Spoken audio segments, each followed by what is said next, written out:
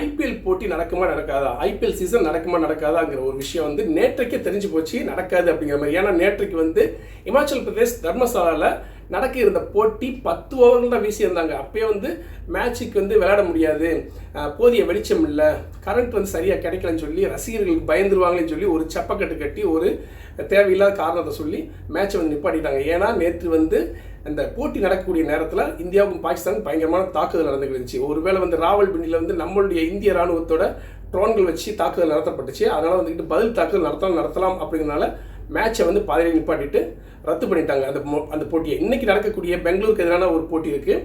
இந்த போட்டி நடக்குமா நடக்காதாங்கிறது பிசிசி அவசரமாக ஆலோசனை கூட்டம் போட்டு என்ன செஞ்சுட்டாங்கன்னா, விமான போக்குவரத்துலாம் இல்லை, வெளிநாட்டு பிளேயர்ஸ்லாம் வந்திருக்காங்க, நம்ம நாட்டு பிளேயர்ஸ்லாம் அடுத்தடுத்த ஸ்டேட்டுக்குலாம் போய் விளையாடணும். விமான போக்குவரத்து இல்லாதனால எல்லாமே ட்ரெயினில் தான் போகக்கூடிய சூழ்நிலை. அதுவும் போர் பதட்டம், ஏவுகணைலாம் 2 நாடு மாற்றி போட்டுக்கிட்டு இருக்காங்க. அதனால் வந்துக்கிட்டு விளையாடுறதுக்கு வெளிநாட்டு பிளேயர்களும் ரொம்பவே வந்து பயந்து போயிருக்காங்க.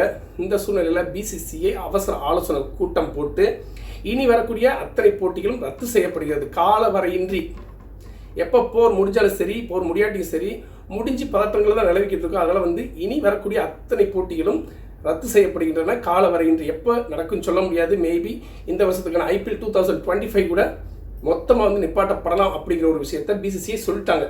அதனால் வந்துட்டு இனி வரக்கூடிய போட்டி நடக்காது. ஐபிஎல் 2025 நடக்குமா நடக்காதுங்கிற ஒரு விஷயத்தையும் இப்போ பிசிசிஐ அறிவிச்சிருச்சு. அதனால் வந்து கிரிக்கெட் ரசிகர்கள் எல்லாருமே வந்து ரொம்ப வருத்தமாக இருக்காங்க. பார்ப்போம், நாடு முக்கியமாக கிரிக்கெட் முக்கியம் கேட்டால் கண்டிப்பாக எல்லாத்துக்குமே வந்து நாடு தான் முக்கியம் அப்படின்னு சொல்லுவாங்க. கிரிக்கெட் முக்கியம்னு சொல்கிறவங்க வந்து எந்த லிஸ்ட்டில் வைக்கிறதுன்னு தெரியல. எனக்கு கிரிக்கெட் பிடிக்கும், ஆனால் வந்து நான் நாடு தான் முக்கியங்கிற மாதிரி தான் சொல்லுவேன். பார்ப்போம் அடுத்தடுத்து என்ன தகவல்கள் வருதுன்னு சொல்லி இந்த ஐபிஎல்லை பற்றி. மீண்டும் ஒரு தகவலுடன்